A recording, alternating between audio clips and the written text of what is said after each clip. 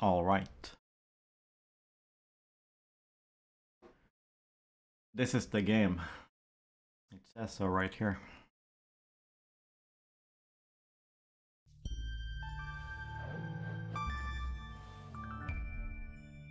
Hmm. Hopefully the initial barrage of Pandoran botany lore codex entries is about to fade. We're gonna have more active gameplay.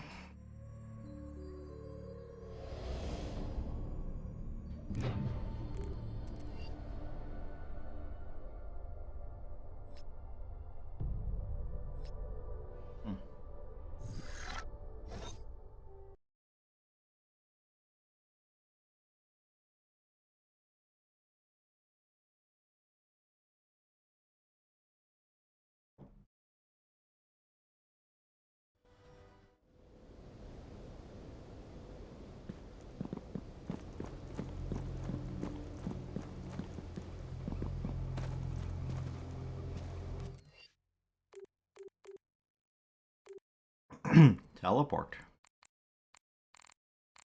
Ah.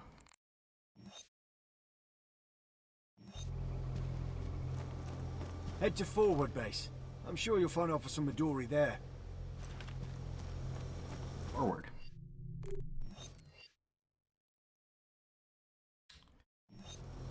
Okay.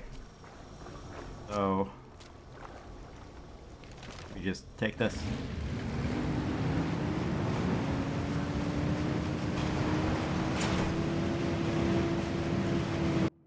Whoa. What? What happened? The game just minimized.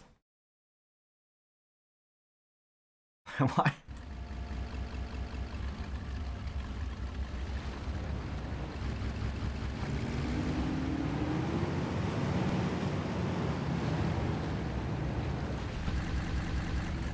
Whoa. We have some... we got some issues here.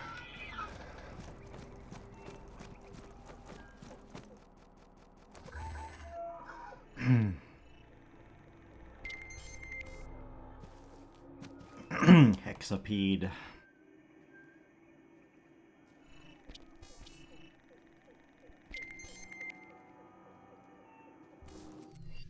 Alright, we can't escape it.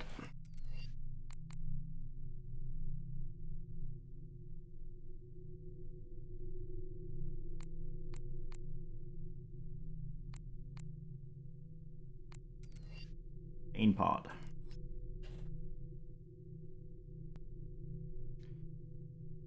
Obesus fenestralis. Root name means fat and window. Named units as puffball tree and puffer. Tall tree with a single large globular structure produced atop and on ends of branches. Absorbs methane from atmosphere. Important plant for detoxifying the atmosphere. When globular structures reach maximum capacity, they detach and float off into the atmosphere, floating high above Pandora. Okay. Although they resemble large natural lava lamps, they have no known use. Main pod is related to the puffball tree and puffer, all of which are considered keystone species on Pandora for their important role in maintaining the stability of the environment. Globular balls produced at the tops of the vein pod trees and ends of the branches act as sponges, absorbing methane from the atmosphere. This function is similar to that of the plant vacuole at the cellular level. Yeah, I actually know what those are, which sequesters plant waste products and other molecules such as pigments and minerals. Their ability to sequester methane, these plants emit a strong foul odor and are usually avoided. Methane is combustible and highly explosive when it builds to high concentrations. However, because methane is less dense in the air on Pandora, pods will detach and float off when they enlarge to a certain size. Explosions usually occur after the pods have detached and drifted off, making them relatively harmless to life on Pandora. So, an explosive barrel. Video game explosive barrel. Hexapede.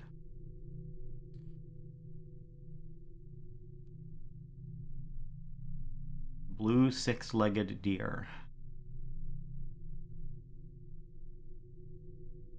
Ubiquitous in various biomes of Pandora, including rainforest, savanna, subarctic tundra, and mountainous regions. Small sloped skull is topped by a light-colored fan structure. Eyes are wide-spaced and large. Longish snout, which ends in a small bifurcating jaw. Bifurcated lip, which can be retracted. Twin horn structures that sheath a thin, patterned membrane. Skin membrane beard hangs under jaw and runs length of neck. Twin lines of dark hair like bristles run down its back. Long, thin neck and legs ending in round, beveled hooves. Body is dark blue with white-yellow stripes. And herbivore. 2.4 meters tall, 2 meters long. By tradition, the first animal that a prospective warrior is allowed to kill when making the rite of passage from child to adult. One of the most beautiful and fragile creatures on Pandora. The hexapede is a prime target for any land or aerial predator. The rapid pace of their breeding is the only strategy that keeps them from being culled out of the Pandoran ecology. Along with the sturm beast, the hexapede is one of the key animals responsible for the survival of the Na'vi. Its image is represented on the war banners of several clans, and the animal is often depicted on shields and in carvings. Leather is used in a myriad of ways, from musical instruments to clothing. These docile creatures appear to have little hostility either among their own herd or in the presence of a predator. They're only moderately fast runners, although they can weave, bob, and turn with the best prey. The latter helps them survive in the grasslands, but when they venture into the forest for the food they crave, including tree bark and leaves and berries, this strategy has less effectiveness since they have less maneuvering room. Its twin horn structure sheathes a thin, patterned membrane. The horns can pivot and pull taut the membranes for a large threat display. I believe that this membrane may also act to amplify the sound of nearby predators. In addition, the hexapede also has a feathery scent organs on both sides of its head. These organs sample the air as an early warning system to alert the animal to the presence of a predator.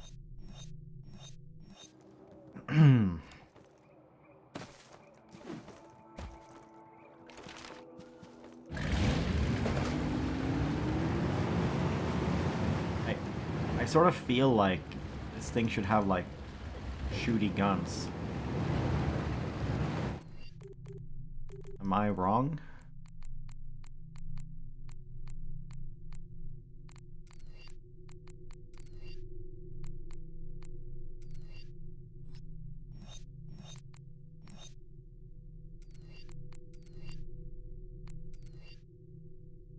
Really?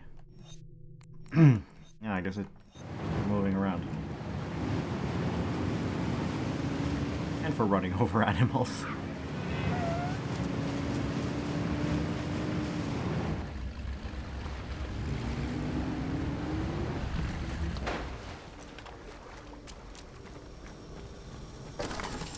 Thank you.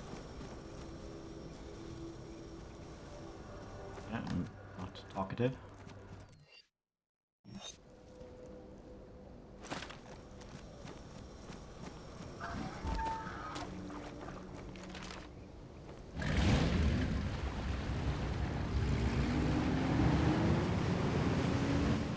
Be lore here.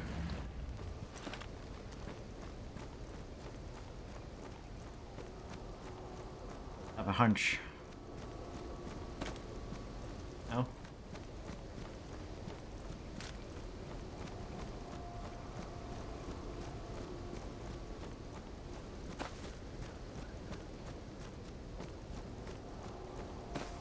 Yeah, I was wrong.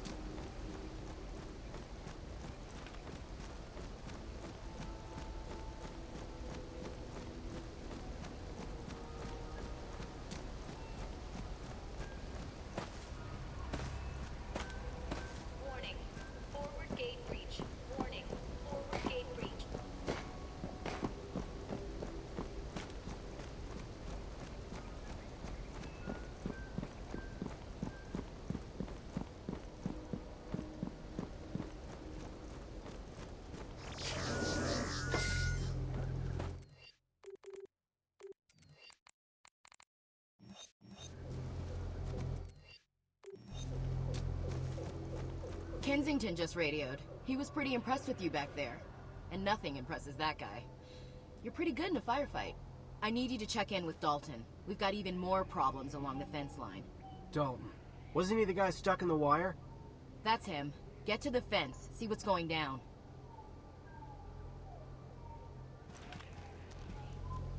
Jeez.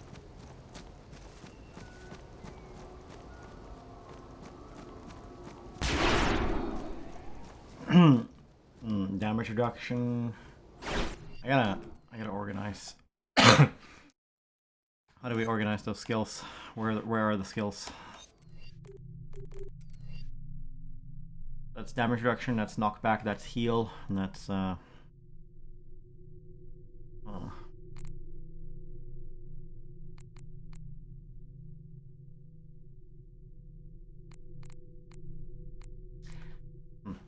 felt like changing them, but then I realized it doesn't actually matter. I can just learn the order. Health. Knockback. Heal.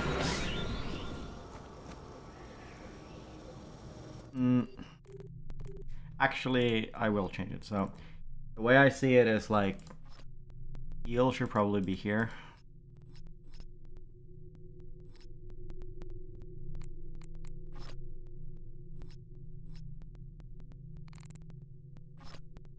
Wait, what?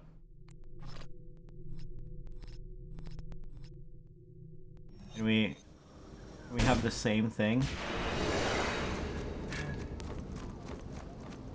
Ah, I see that the share cooldown. Okay, I was wondering if we could have 4 times of the same one.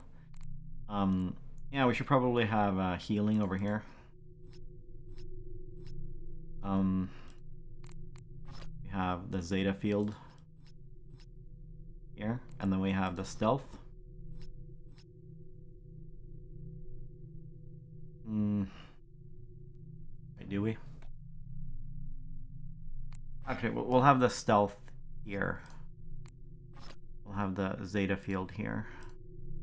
My thinking is, in combat we use the Zeta field to mitigate damage, and when we're low on health, we stealth, move away, reload our gun, and we trigger healing, all the while being stealth. Berserk. I guess that could be powerful. Yeah, it's Berserk or the repel thing. I guess the repel is better the larger of a group I'm being screwed over by, whereas Berserk helps you more to thin the enemy before they become a problem. Like there's strong arguments for Berserk, but I feel like this thing helps you more when you get into a really bad situation compared to Berserk, whereas Berserk has a more of a flat effect. So Berserk sort of trivializes the easy. It makes the easy fights. It makes all fights easier by sort of a fixed amount. Whereas this ultrasonic thing makes all fights a little bit easier, but more easy the harder the fight is. You get more help when you actually need even more help. That's my reasoning for going with this one instead of the Berserk. I suppose we gotta try them all. You know, the numbers on Berserk could just be bustedly strong. Here we go. What the hell? Eyes open! Wow. Just accidentally skipped dialogue. Well, I didn't skip it out accidentally.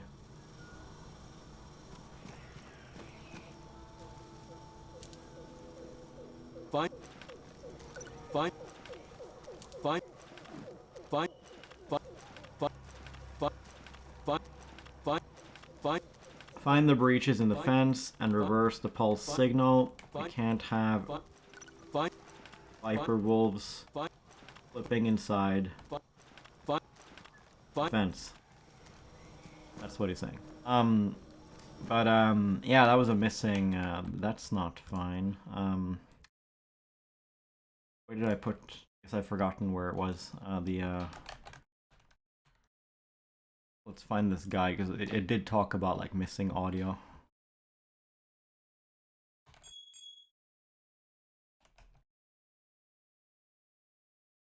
Yeah, we already did that. That is not it.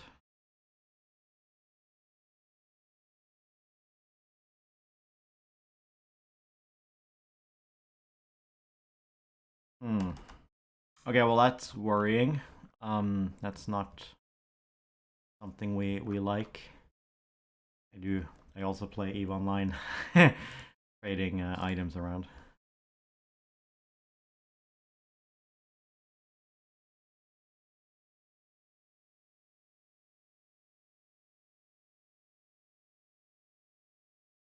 Hmm. That is the first major non-functional part of the game so far. Major malfunction. Wonder why it's lagging so much. Oh, yeah. Tree of Vision. I think the audio just disappeared. Tree of Vision. Navi Tree of Vision allows the Navi and Avatar's rapid movement to any sector within a region. Also provides a link into Iwa to getting global vision on Pandora's current state. Tree of Vision allows the user to identify threats and guide Navi warrior movements to counter any attacks. Notably, those of the RDA. Home Tree songs.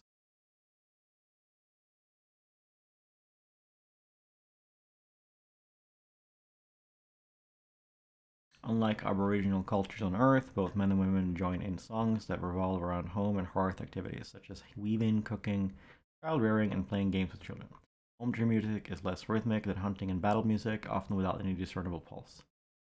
Very wide vocal range, often encompassing 3 octaves. They do not use that concept. Many home tree tunes involve overlapping, cascading musical lines, with each performer singing the same basic melody but joining the song at different points. Different tempi and rhythms, a style sometimes referred to as heterophony, similar to a round of row your boat. This style works well to accompany visual-oriented tasks such as clothing repair, gathering foods, and fishing. Although much of the domestic music is typically less rhythmically oriented, the rhythmic activity in their song increases during communal work activities, typically while weaving and during food preparation. Those working often gossip and sing during these activities. The majority of home tree songs are weaving songs since it's one of the principal communal activities of their daily lives. Weaving occurs in 2 ways. It may be done on an individual basis, small looms with a few men and women sitting in small clusters, or it may be done on one of the giant looms strung between floor and ceiling of the tree commons that are worked by 6 or 7 Navi at a time. So the weaving songs are sung by the men and women on their individual looms. Topics vary from hunting to gossip to discussion of which male or female might make the best mate, including some songs sung by elder women that have a distinctly lewd character. Many songs extol the joys of the beauty of their world and of their people. While weaving, the rhythm of the loom dictates the rhythm of the singing. Experienced weavers create the steadiest rhythms and can sing the most complex songs while.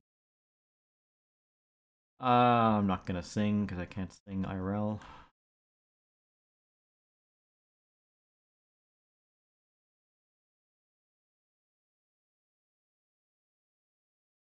Rhythm of rain and sun, of night and day, the rhythm of the years and the beat of the hearts of the people.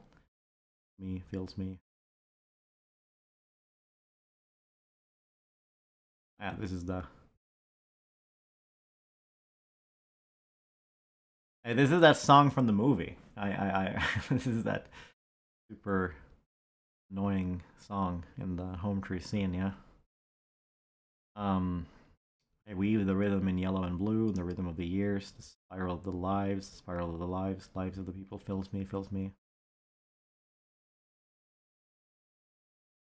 During food preparation, as the clan members pound food with their ikutse, meal mashing poles. The poles create the rhythmic accompaniment of the women's song. Each pole, when pounded, creates a slightly different pitch due to their differing sizes. The concept of combining differently pitched instruments into a group is echoed in construction of the pole drums called Umili Jamka Tirusu or Terusu. The workers pound so that their ikutse create interlocking rhythms and a subtle melody which is then elaborated by the other workers. Ladder sticks attached to the ikutse, although not specifically a musical instrument, add a pleasant noise to the mix. The linguistic style of the Navi home tree songs differs from the battle and hunting songs in that the glottal stops and ejective consonants inherent in the Navi language are not emphasized. I have no idea what that means. In many cases, especially lullabies, certain syllables are elided together. No idea what that means. Skipping over some of the harsher ejectives and reducing the number of glottal stops in order to create a smoother, less aggressive sound. Over the course of generations, this has resulted in the loss of meaning of certain songs since the original lyrics were sometimes altered beyond recognition. Ooh. Alright, let's do this one too.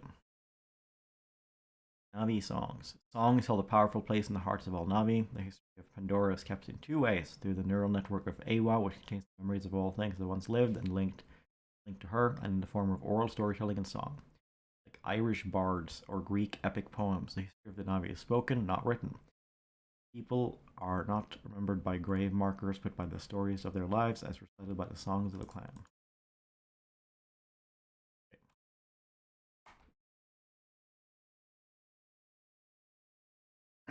Yeah, the very first piece of Navi lore unlocked a bunch of pre-unlocked Navi lore in the menu. Or perhaps we had them all along, perhaps I just didn't notice them.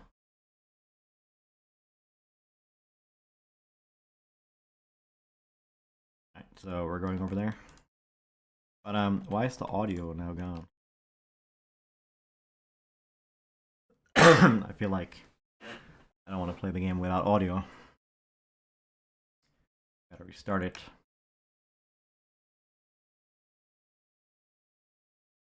Okay.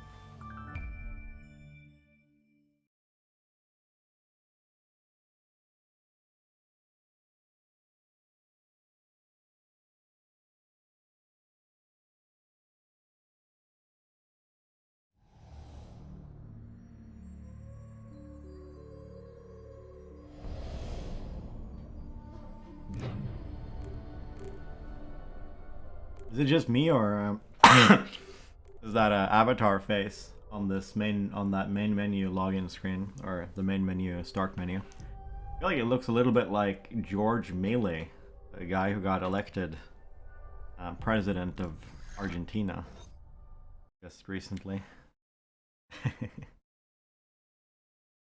has like his wide cheek with the beard.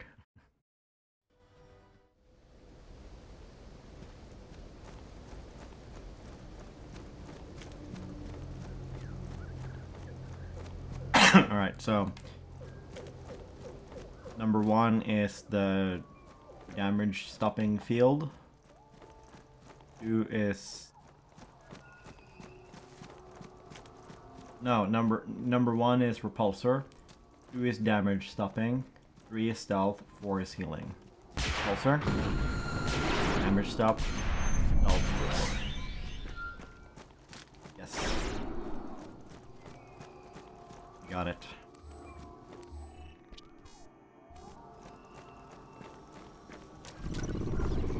What?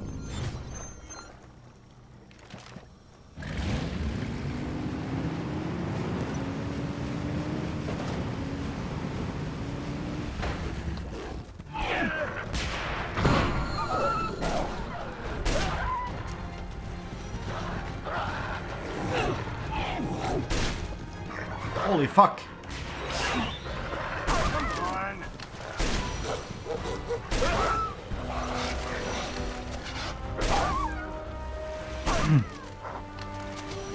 Yeah, I don't like how laggy the game is, and the game is janky in some ways, but I do like the it's hard to describe, but I like how the combat doesn't just feel like a gear check. You know, it's not just my DPS versus their DPS, like who smooshes first. It's very dependent on sort of who initiates on who and who fucks up. And the enemy pathing is sort of dumb, and that's good. I love games that have like inconsistent pathing. Then you get a lot of variety in the way that a fight can play out. RNG is good for making things feel fresh. I'll need these.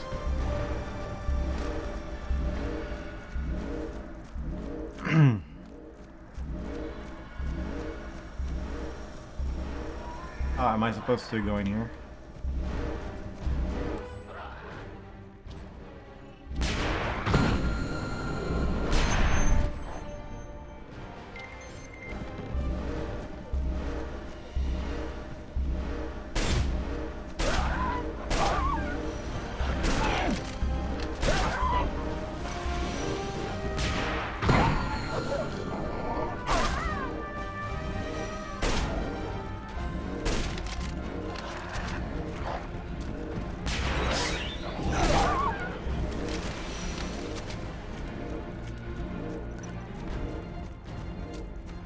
Alright, we got lore. What that means.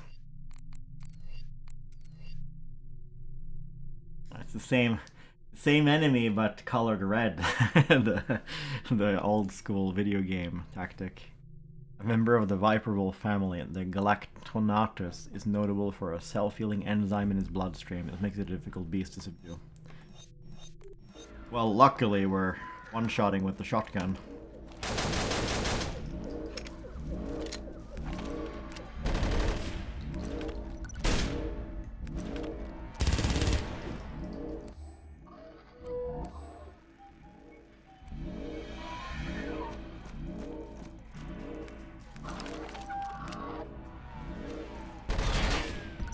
Wait, this gun doesn't have ammo clips.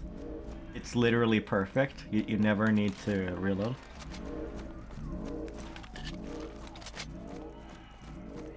I'll save the...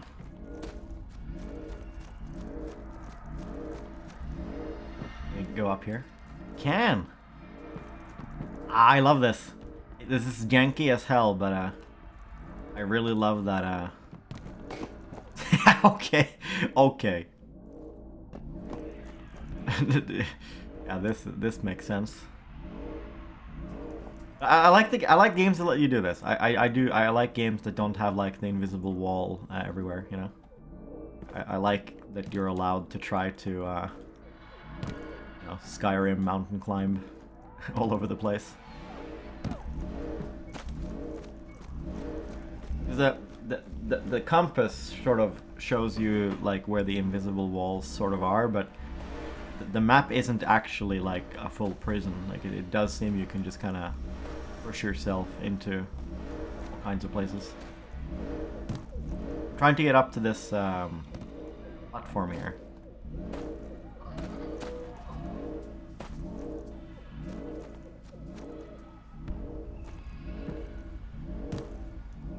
And we did it.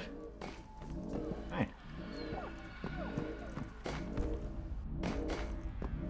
Oh, cool. Oh, there's nothing here. But yeah. Interesting.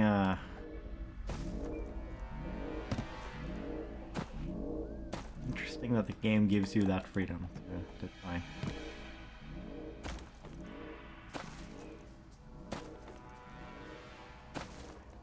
Oh wait. The objective marker is this way. It's telling me that the repulsor is really far in that direction.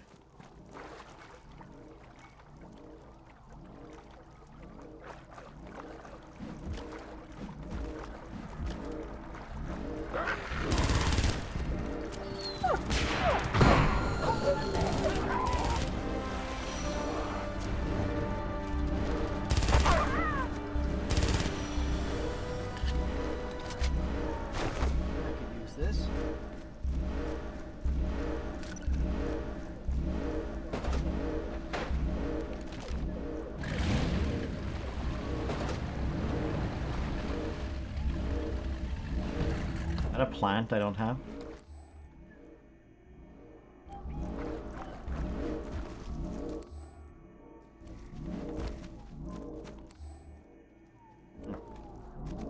Sure stood out and like glowing.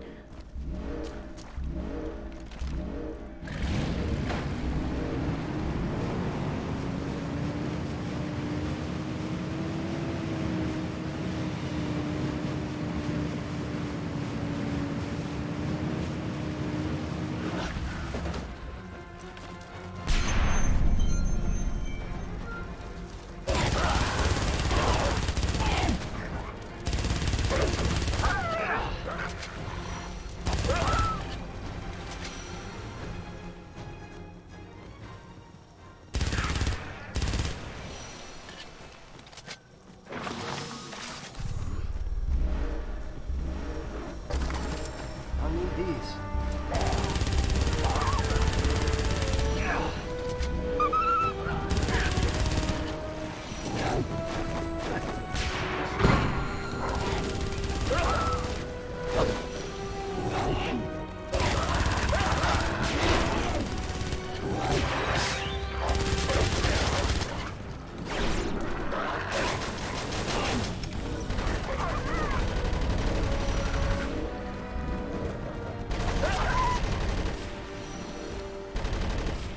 Oh, that's a move. You do this, and you turn around instantly. That's why this command exists. You when you right click, you spin around.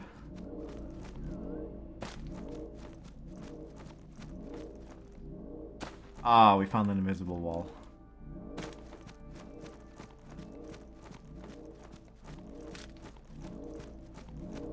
Back to the standard weapon. My thinking is like this is the best weapon so far, and I guess this is sort of the most disposable ammo. We'll use this one first.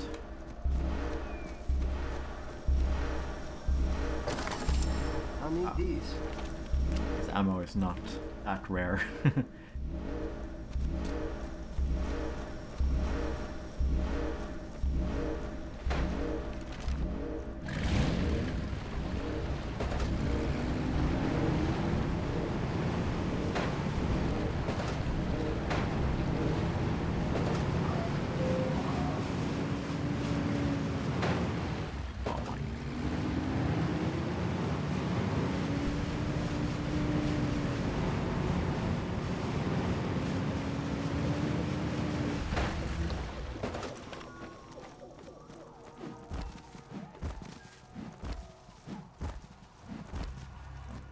Faster.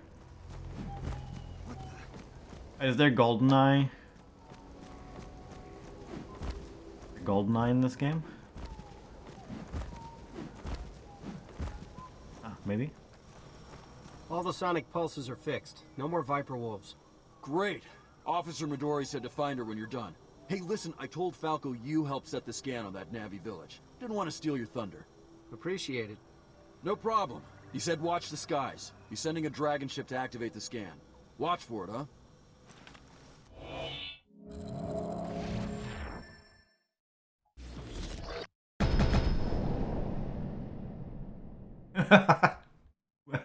What? Looks like some kind of bomb from an aircraft.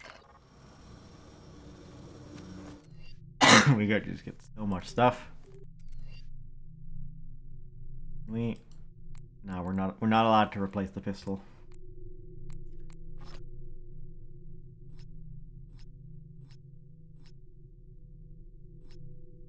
Nail gun.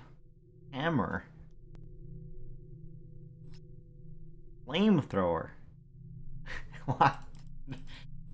The weapon variety in this game.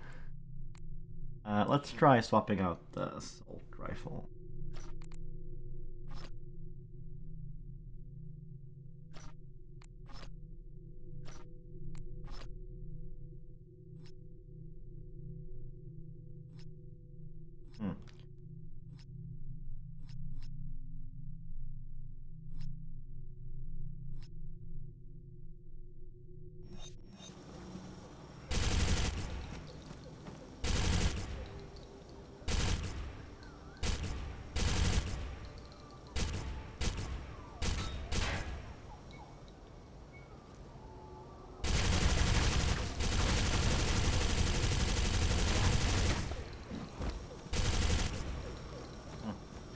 I guess it is a lot like this one.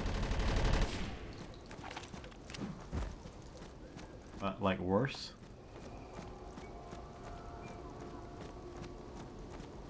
Follow that signal. I'll keep working on it from here. Good job on the fences. Time to get you into your avatar. Sounds good. About those fences, I didn't tell Dalton, but as I was fixing the repulsors, I could tell someone physically inverted the wires. You think it's the mole? It has to be. Whatever's going on here, this place is seriously messed up. You have no idea. The Na'vi are discovering human hospitality. And big surprise, they don't like what they see. This place is a powder keg waiting to blow. But that's another story. It's time for you to fire up your avatar.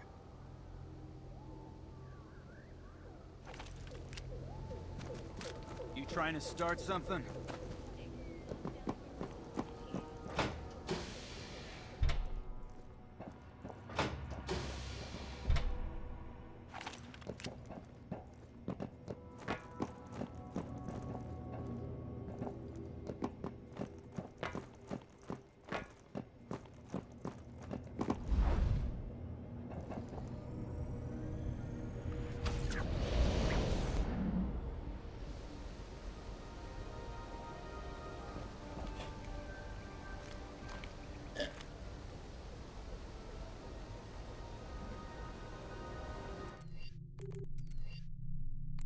Oh, we have the different skills.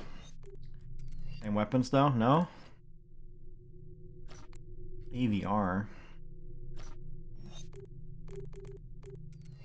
Alright, we got more lore. Flamer. Foliage clearance. Portable defoliant tool used by individual contractors to clear brush. One-piece unit made from laminated carbon, nanotube reinforced polymer construction. Enables the entire body to be used as storage for highly compressed fuel and propellant. The body is bulletproof, shatterproof, and extremely rugged. The flamethrower has both military and civilian applications, either as a close combat weapon or as a device for clearing unwanted bush and foliage. In battle, this device is highly effective at flushing out enemy-occupied strongholds. The newer Buddy model provides the same firepower with the same. Flamethrowers in real life, they're not really like. There's a reason that they didn't really get created beyond like World War II. It's that for the purpose they exist for, grenade launchers are simply better. What does it say? Oh, it's just lore. Nail gun, what is this? Precise long-range weapon. The nail gun is using the titanium nails, capable of piercing most heavy armor. The weapon is upgradable to a multi-barrel system without trading accuracy for an increased rate of fire. The newer Dent model provides the same firepower with slightly similar. So yeah, if Mr. Mouton was playing this game, that would be the weapon for him. Huh.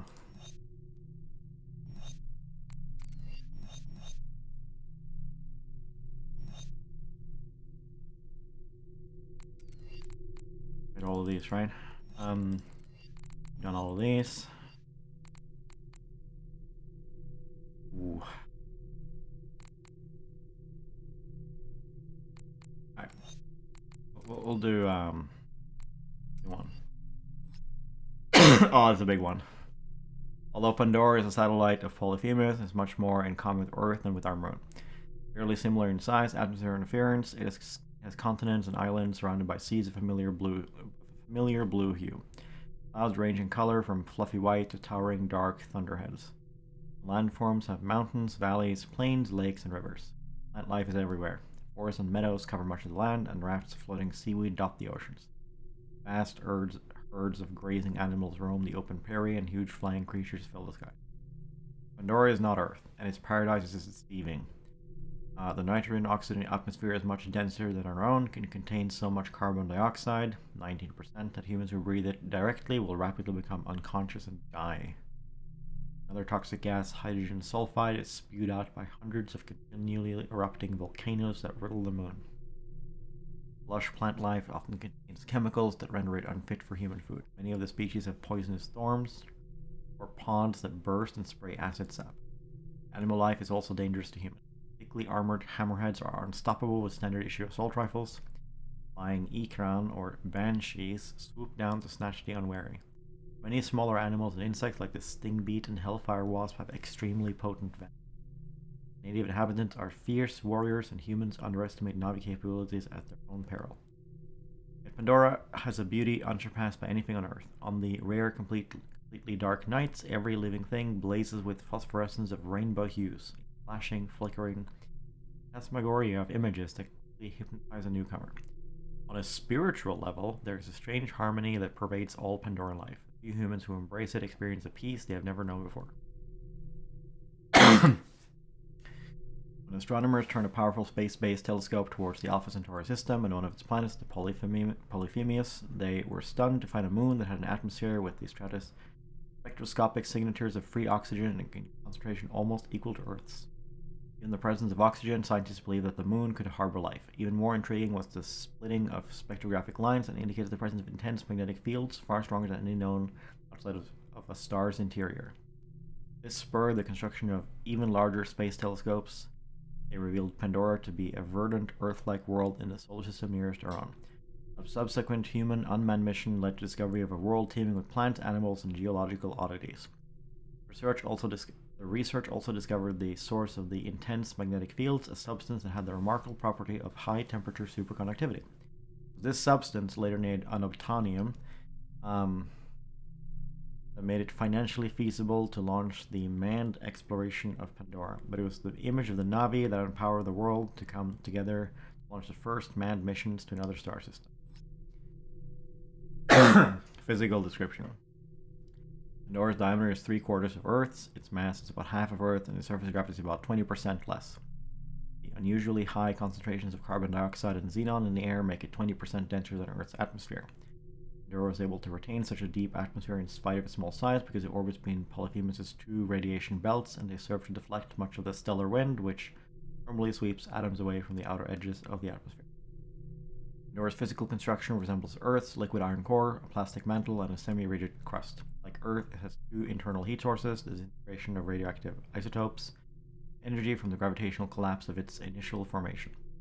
There's an additional and much larger energy input from tidal forces. The nearest inner and outer moons pull on it in contest with Polyphemus. This excessive energy drives continental drift at a much faster rate than Earth, causing the tectonic plates to fracture more extensively because of the increased stress. It's the lack of large continents on Pandora, as well as its volcanism and geothermal activity. Pandora's land-to-water ratio is greater than Earth's. Because of the land area is broken up into a larger number of smaller continents, no land area is as far from the ocean as on Earth. Moderating influence of ocean reaches extremes in temperature, there are no deserts on Pandora.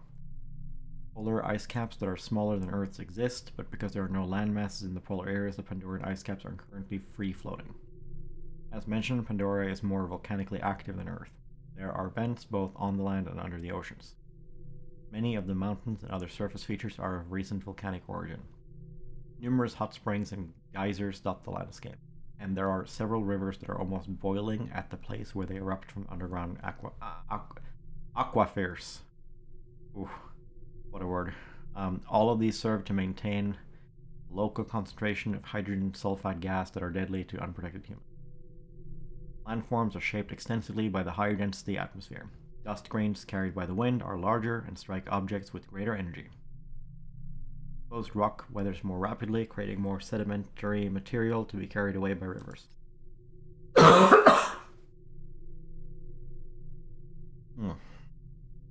Pandora proved true to its mythical namesake when its nitrogen-oxygen atmosphere was found to contain enough carbon dioxide to render it unbreathable by humans. There is also a significant amount of toxic hydrogen sulfide gas, courtesy of myriad volcanoes. Fortunately, it proved possible to filter these gases out with exopacks, allowing humans to move around without the burden of heavy air tanks. On a positive note, Pandora's high-density atmosphere allows its unique flying life forms like banshees and Leonopteryx to exist and flourish.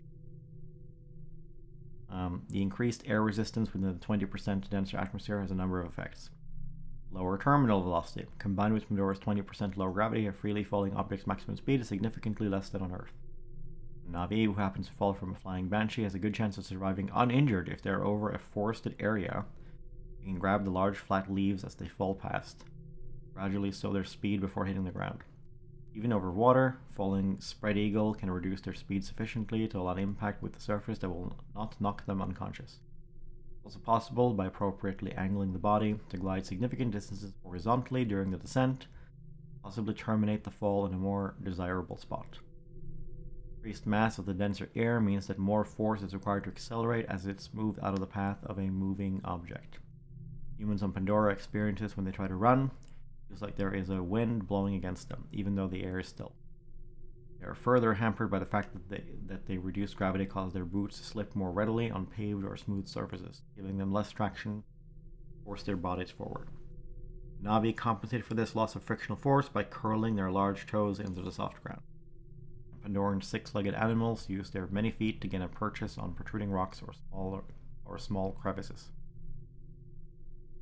Flying animals can take advantage of both the lower gravity, which reduces the weight of their body, and the increased air density, requires more force to displace with the downward rearward stroke of their wings, and thus gives the animal's body more impetus with each flap. The downside is that the denser air is harder to move through and requires highly efficient streamlining to achieve high flight speeds. Flights are subject to greater forces from the wind, since the greater air density means that the moving air carries more kinetic energy and more momentum. Plant leaves, stems, branches, and trunks must all have greater strength and or flexibility to resist it. Deleterious/toxic components of Pandora's atmosphere are xenon, an inert gas which comprises about 5%, and along with the high level of carbon dioxide, increases the air density by about 20% over that of Earth. Although it has an anesthetic effect on humans and concentrations higher than 60%, the amount occurring naturally on Pandora's atmosphere does not affect human consciousness or mentation. The higher air density does increase breathing effort, particularly upon exertion. Increased air density also raises the likelihood of hypothermia and cold weather, reduces the maximum speed a human can run, with increased air resistance, and lowers the pitch of the human voice. Well, how on brand that I'm playing this game when I have a bit of a swollen throat from influenza, huh? Carbon dioxide. The normal waste products of human and animal respiration comprises almost 19% of Pandora's air, 225 times Earth's current level. What? That is huge. At this concentration, it's toxic to humans and can induce unconsciousness in as little as 3 to 6 minutes. Fatal shortly thereafter. It's also possible for small areas of Pandora to experience sudden, catastrophic increases of atmospheric carbon dioxide when pockets of trapped gas are released from deep lakes during seismic activity or other triggers. Oh. That's pretty scary. Hydrogen sulfide is found in varying amounts over most of Pandora. Its main source is volcanic activity. A significant amount also seeps out from thermal vents that occur in locations without active volcanic cones. Additionally, there is outgassing from the many hot springs and warm lakes. Hydrogen sulfide is poisonous if inhaled in concentrations exceeding 0.3 or 0.03 for extended periods, or 0.05 for a short time. Amounts as low as 0.001 irritates the respiratory tract and eyes. Day-night cycle. Pandora receives significant light from Alpha Centauri B. Because of this, for half the Polyphemian year, its nights are never dark, but instead are more like earthly dusk. At the closest point in its orbit, Alpha Centauri B is about 230 times as bright as Earth's full moon. At its furthest, it's still 170 times as bright. During the other half of the year, when ACB is in the daytime sky, many Pandorian nights are illuminated both by Polyphemus' huge disk and reflected light from other nearby moons. Truly dark nights are uncommon. Polyphemus occasionally eclipses ACB at night for about 100 minutes, but the light reflected by the planet still keeps the night from being dark. ACB shares the daytime sky with ACA. At its closest, it adds about 0.5% to the total illumination. When the two stars are close together in the sky, the effect of ACB is more orange light in unnoticeable. What? But as they separate, I think it should say is unnoticeable. But as they separate over the years, an orange tint may be seen in areas shadowed from ACA's direct illumination. At its most distant, ACB is about 2,700 times dimmer than ACA and does not produce noticeable lighting effects. However, it still appears as a blindingly bright, tiny orange disk in the sky.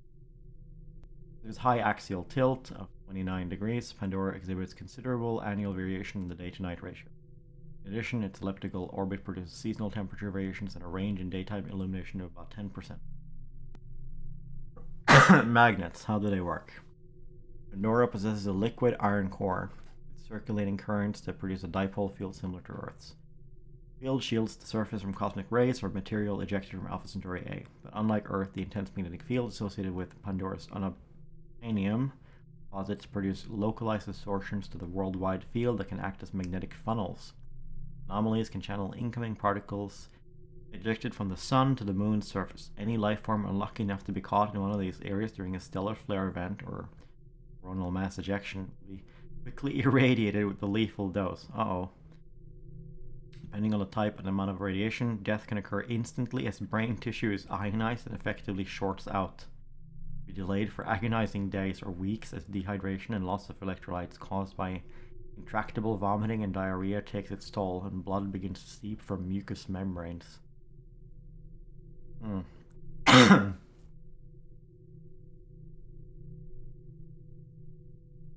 Pandora's global field also interacts with Polyphemus' much more extensive one. This can divert radiation trapped in the planet's magnetic field to the moon's surface, also with unpleasant results. At certain times, a particular configuration of the two fields can cause a magnetic flux tube to form, linking the polar areas of the planet and satellite with an electrical current flow of millions of amperes. Causes a gigantic increase in electrical activity on both bodies with massive lightning storms and other electromagnetic phenomena. Alright. Heroic effort there. Alright. What are our skills? 1, 2, 3, 4. Okay. Health. I guess we'll put that on the same. We'll put that on number 4.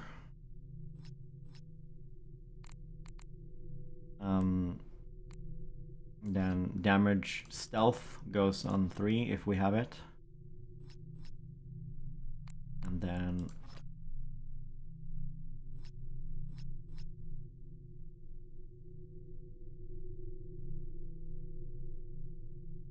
some kind of skill. And we'll do the stun on number 1. So stun. Kind of weird. It really lowers your mouse sensitivity when you do that. And then this is stealth.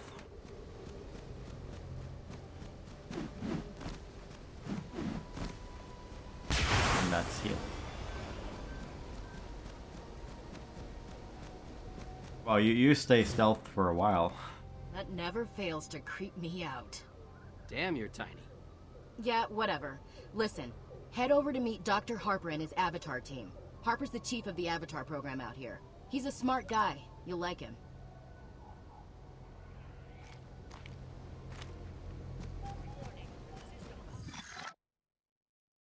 A tree of vision allows you to teleport to other activated trees of vision on the map. Once available, the conquest option will... Okay.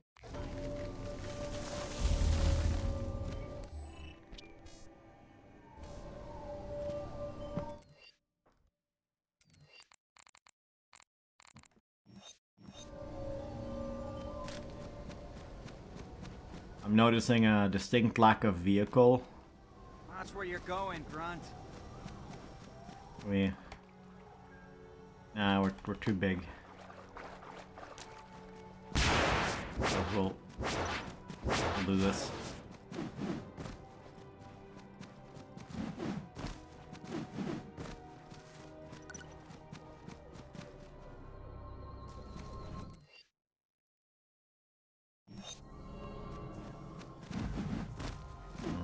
Is this faster?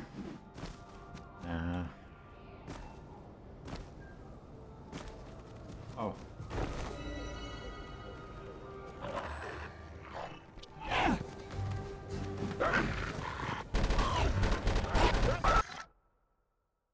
As an avatar, Pandora's flora and fauna is less aggressive towards you, therefore killing inoffensive Killing inoffensive creatures and plants will not yield experience points.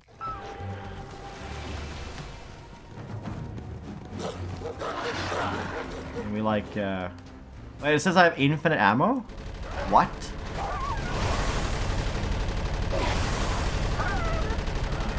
This is busted, what the fuck?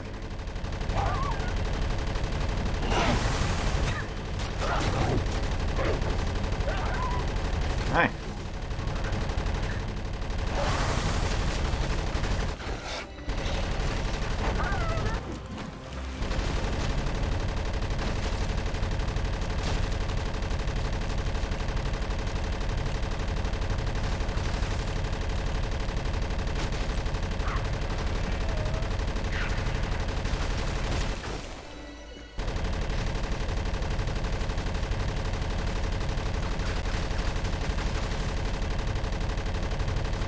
It's supposed to be like a tutorial weapon, like, still we like, because we're like a human with like human guns, you know, like we're gonna get like Navi weapons later, I bet. So it's supposed to be just for the tutorial.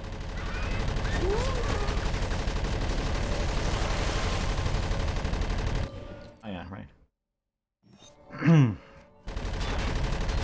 Blow up the car.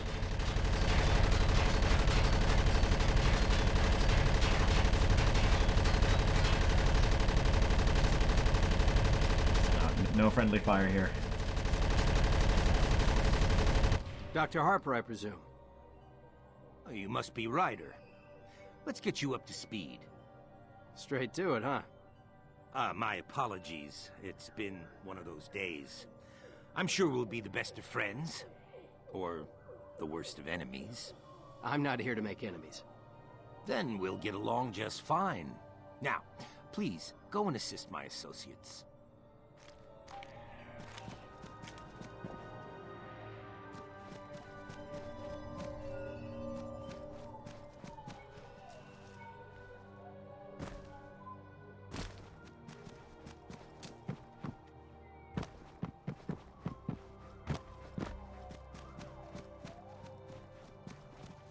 You, listen, noob. I need you to grab me some Noob. flora samples. You ain't afraid of a few carnivorous plants, are you? What's a deadly flower among friends? We aren't friends, and you need to learn quick. No one in the RDA is your friend. Figure that out, and you might survive on this rock. All right, then. Just grab me samples of a chalice and a scorpion thistle, and we won't have any problems.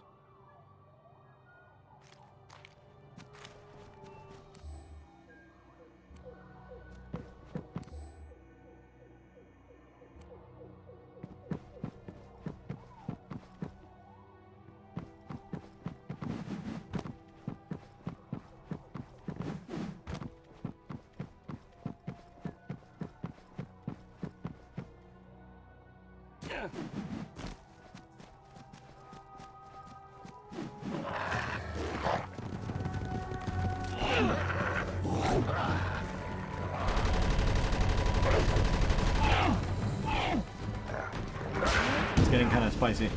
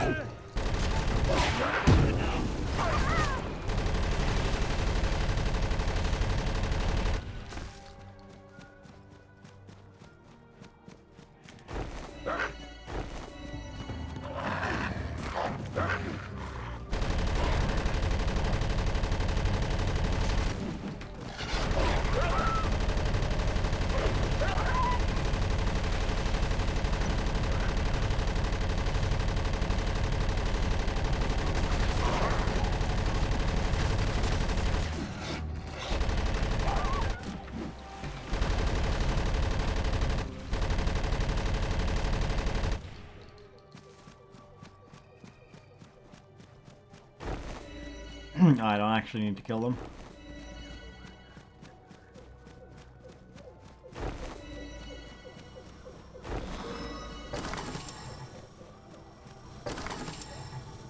Ryder, come in. Listen, head over to meet Dr. Harper and his Avatar team.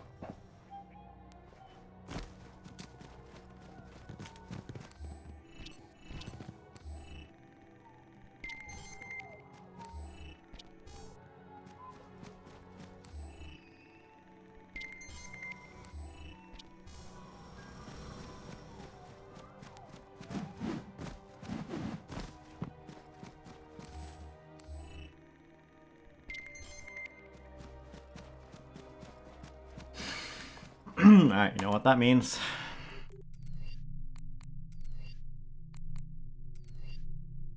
Alice plant. Animal eater. Named for resemblance to Earth's pitcher plant, Sarracenia, and rosy color. Same genus as dire horse pitcher plant and leaf pitcher. Large, beautiful, pitcher-shaped carnivorous plant with pale rosy lavender coloring. Contains abundant nectar that attracts small animals. 5 to 6 meters above ground. Animals enter the plant, are trapped in the pitcher, and can only move down.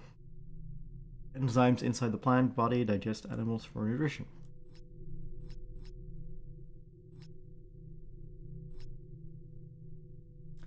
Chalice plant is one of the 3 large pitcher-shaped plants known to exist on Pandora and is the largest carnivorous plant known to man.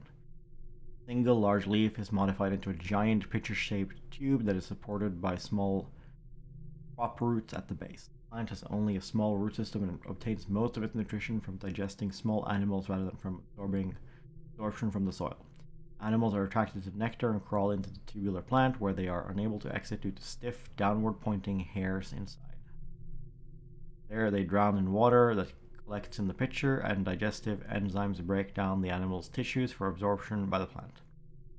Giant pitchers are large enough to trap a man. Navi children learn very early of the danger of the chalice plants through songs that are accompanied by a humorous, almost slapstick dance.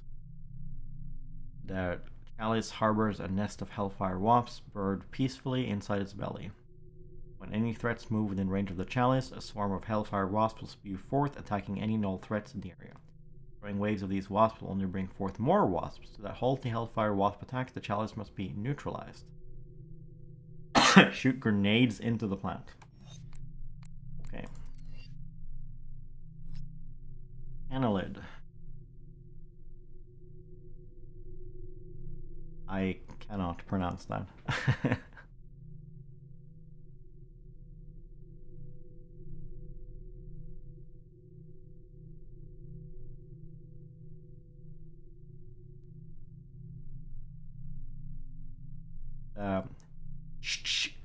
I can't do it. It's too hard. it's too much. Slug plant.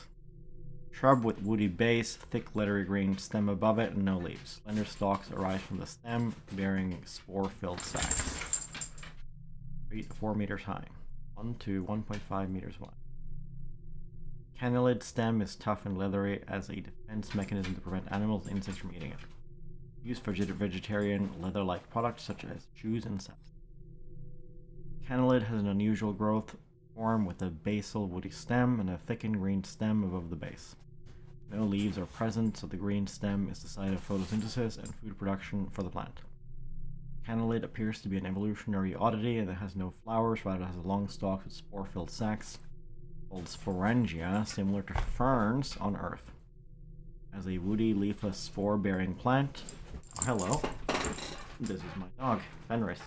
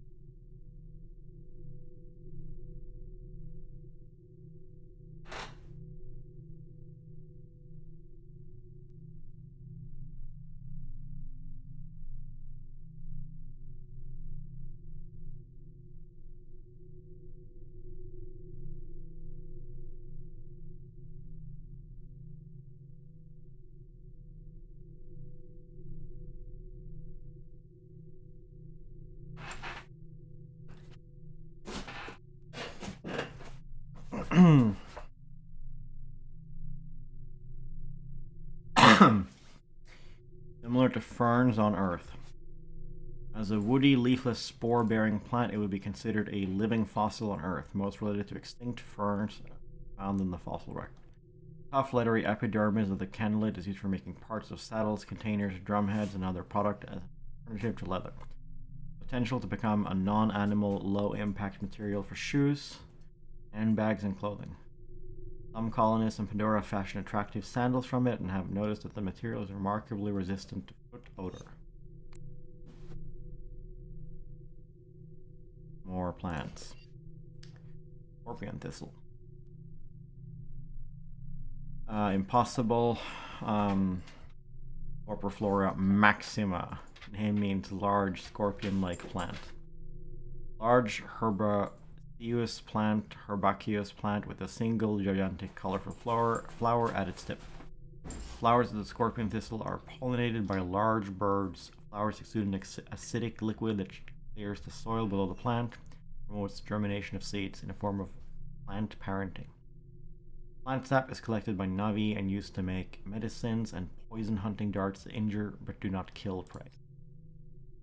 Scorpion thistle is a rare plant on Pandora that produces a single gigantic flower at the tip of an enlarged stem. This plant species co-evolved with a particular bird species that is its sole pollinator. Similar to the highly co-evolved plant-insect pollinator relationships on Earth. This plant-bird pollinator coevolution has resulted in both species resembling each other. The beak of the bird fits perfectly into the small opening of the flower where it locates nectar and in doing so transfers pollen. The plant has a specialized mechanism to prepare the soil for its own seeds to grow. A highly acidic liquid is excreted from the flower and drops onto the ground below the plant. The liquid dissolves any other living organism on the spot where it lands and also breaks down rocks and other large particles into a nutrient-rich seedbed. When seeds are mature and dropped from the flower, they land on this safe site and germinate readily under the protection of the parent plant. A highly evolved form of parenting has rarely been observed in plants. The acidic plant exudate is collected by the Navi for use in making medicines and darts for hunting. The purpose is to injure or stun the prey rather than kill it. Alright, we'll take a little bit of a break from reading the lore.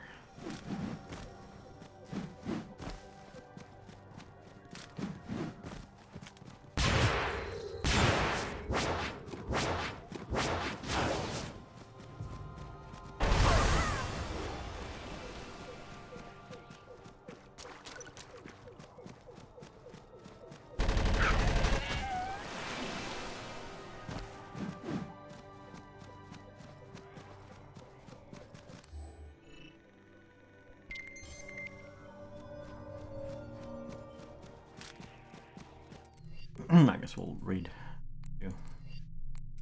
Dire horse. Or feared armored horse. Rainforests and grasslands, but adaptable to most Pandoran environments. A grazing animal that has been domesticated by the Navi as a riding animal. Horse-like creature with 6 legs, though tough burnished skin with no fur, long necks, and small head. Bold stripes, chitinous carbon fiber armor over shoulders and along the back of the neck and head. Land omnivore that feeds on nectar. 4.25 meters long, up to 4 meters in height. Animal has neural interface that allows a Navi and dire horse to move together with apparent effortlessness. A highly intelligent, calm creature that, like the Navi, can turn fierce in the face of battle. Dire horse has 2 long, thin antennae that emerge from either side of the top of the skull. These appendages have feathery tips that move constantly, almost like a kind of seagrass, and seek out the antennae of other dire horses as they move near. Xenobiologists believe that the touch of antennas is for pleasure and affection, but also a means of transferring information about food sources and potential dangers. Birds often move in unison shortly after touching antennae. Navi are excellent riders, and with its 6 legs, the dire horse is a swift, nimble mount that is well adapted to the rugged Pandoran terrain. Many dire horses are tamed to aid riders in the hunt and in battle. Bond with, or in human terms to break, a dire horse, Navi must mount the animal and connect their neural cue to the animal's antennae. Once cue and antennae touch, the feathery tendrils automatically intertwine, almost as if possessed of free will. While the exact motive force remains unknown, it is believed that an antenna may secrete a pheromone that evokes the unique intertwine. Once intertwined, the Navi rider can communicate motor commands instantly through the neural interface. Apparent lack of effort makes it seem as if the dire horse is an extension of the rider's own body. It frees up the Navi to use a bow and arrow during a hunt or battle.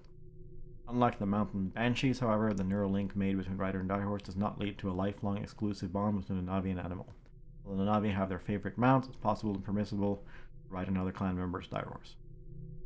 When wild, the animals move together in a loose herd through the forests, feeding on tree bark and shrubs. Herds numbering the dozens have been spotted from aircraft, but evidence, including scatological and plant impacts, suggests that herds of over 100 animals are not uncommon. Animals are easily startled, and when all 6 legs are working in unison, can reach 95 kilometers per hour. The dire horse is larger by a third than the largest Terran draft horses, such as the Clydesdale or the Percheron, and subsequently larger than the biggest horse ever recorded on Earth. GMI. GMI, Global Mobility Interface, is RDA's remote field interface that allows the user rapid transport in any sector within a region. It provides access to all troop movements throughout the Pandora. The GMI allows users to coordinate defenses and move troops while deep in the fields. I think we read all of these now. Clearing out the categories. Can we ride this thing? Let's go. Yeah, just go.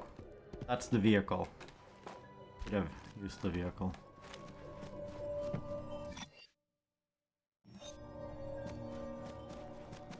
Hey, what? It's not here?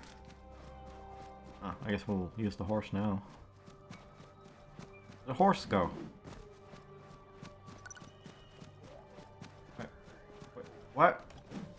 The horse despawn?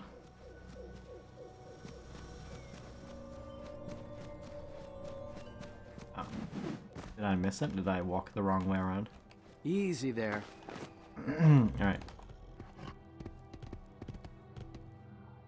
Spacebar will do something, yeah?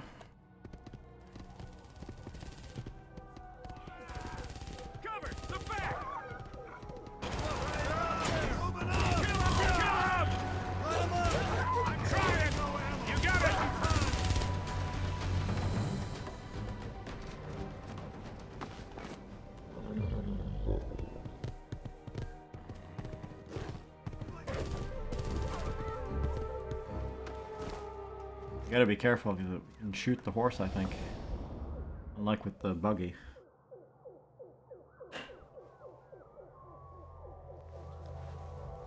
You've done well, Ryder. I had my doubts, but you seem to have a good head on you. Thanks.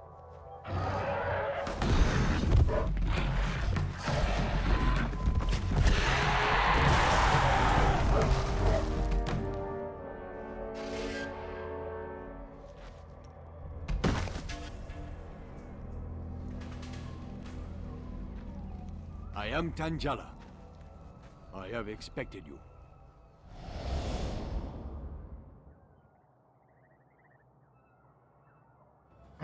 Do not shoot the horse.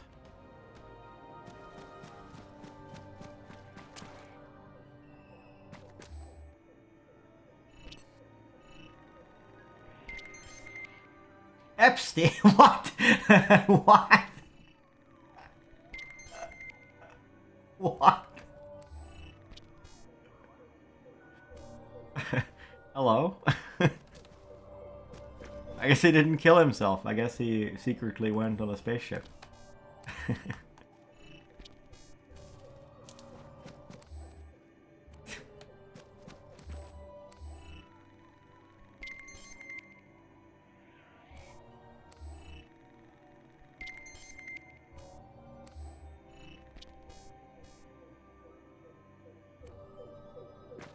Today you must help clean infected herds. Sky people bring disease to our beasts. Where'd you learn English? Rene Harper has taught us your words for many summers. He is good. He says you help. Go.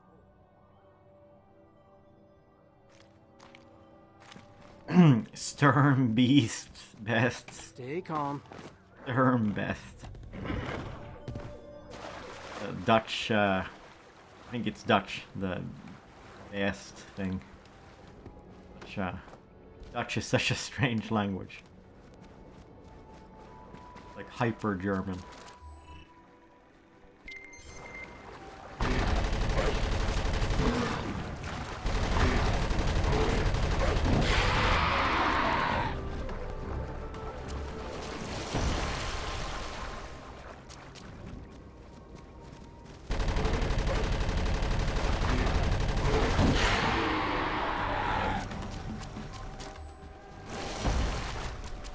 Scannable. Copy. Locked on. Airstrike here. Clear back. Out.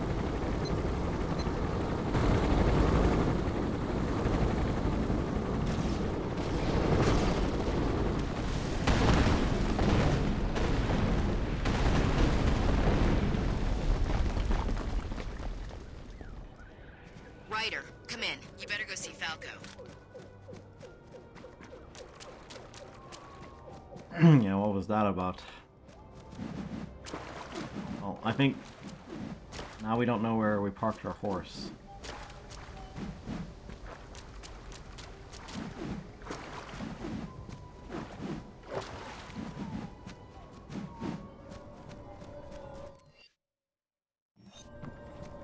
Suppose, the horse should be here, right? Unless it despawned. I suppose we can, the objective is here. I was gonna say we can use the teleporter now. It's actually right here. Don't stand around. Get your butt to the chopper pad. I want that mole. Commander Falco, what are you doing here? Plans have changed, kid. I need you to follow Tangala. We've just learned he's the link to the mole, and I need that mole right now. What the hell's going on? I'm shutting down the Navi once and for all. The only loose end is that mole. Follow Tangala, and he'll lead you straight to him.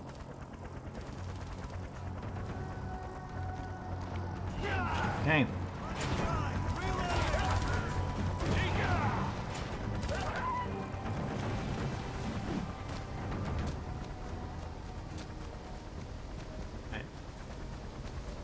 The helicopter flyable? Can I...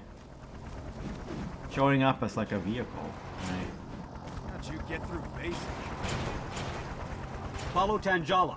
He's our link to the mole. Nah, definitely not flyable here.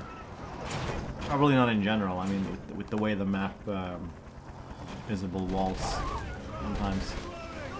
Eat this! It would be kind of weird if there's aircraft again. Well, at least on this map.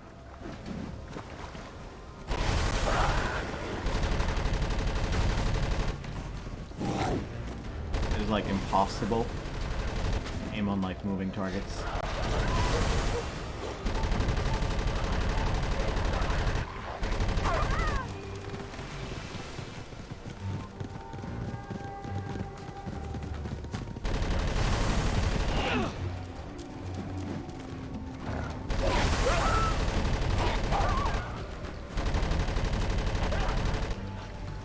Like the best you can do is sort of like aim below them, and as they close, they run into your field of fire.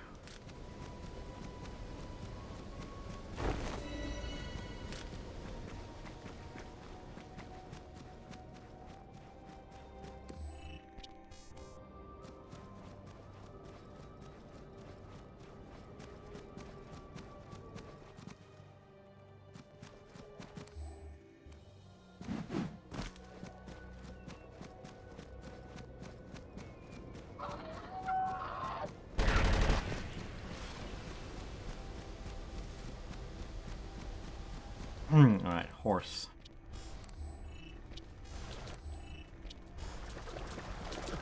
Easy there.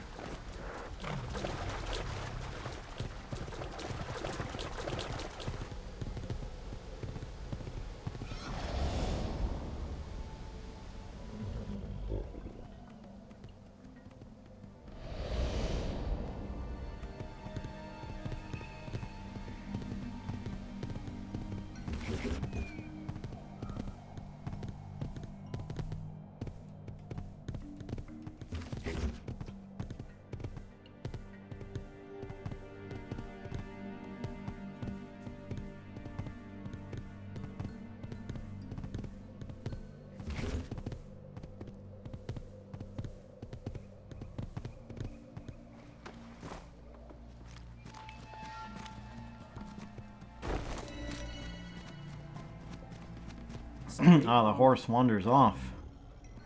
Not like a vehicle at all.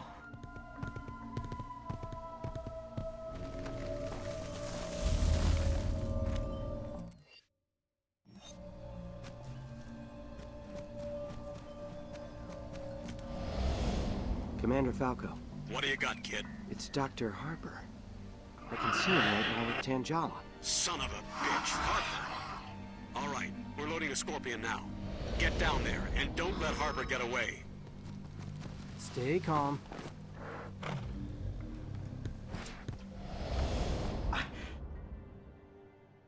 Fading to white. It's you. You're the mole. Is that what you're here for? Find the mole. Well, you did it. I'm the mole. Great work, Ryder. I smell promotion in the air. Do you realize what you're doing? Think about what you're doing. Any of this look familiar? Wait, that's...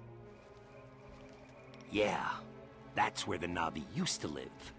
Before you stepped in. me. I didn't do this. Everyone's hearing about it. The new SIG-Spec locked the target. What the hell did you think you were doing? They told me it was... Oh, God. They used you, Ryder.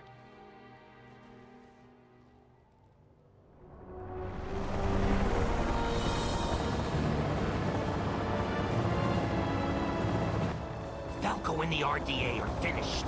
It's just a matter of time. I've joined with the Na'vi.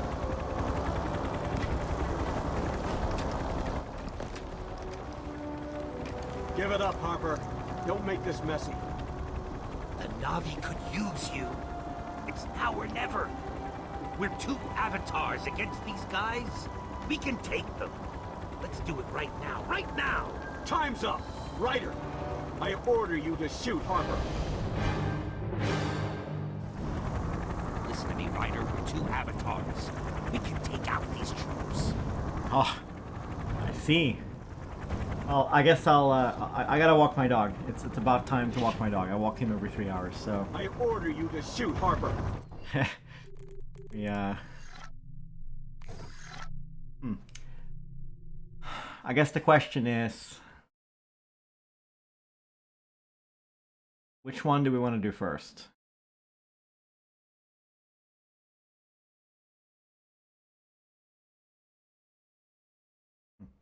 Hard to decide. It is somewhat tempting to go for a machine gun spree and just shoot everything all the time. But yeah. Alright, I'll be back. Gotta walk my dog first.